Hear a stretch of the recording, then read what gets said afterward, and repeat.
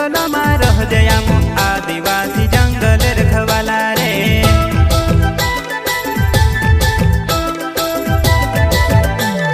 चल जंगल जमीन काजे पूजे रे आदिवासी दुनिया ने रखवाला रे।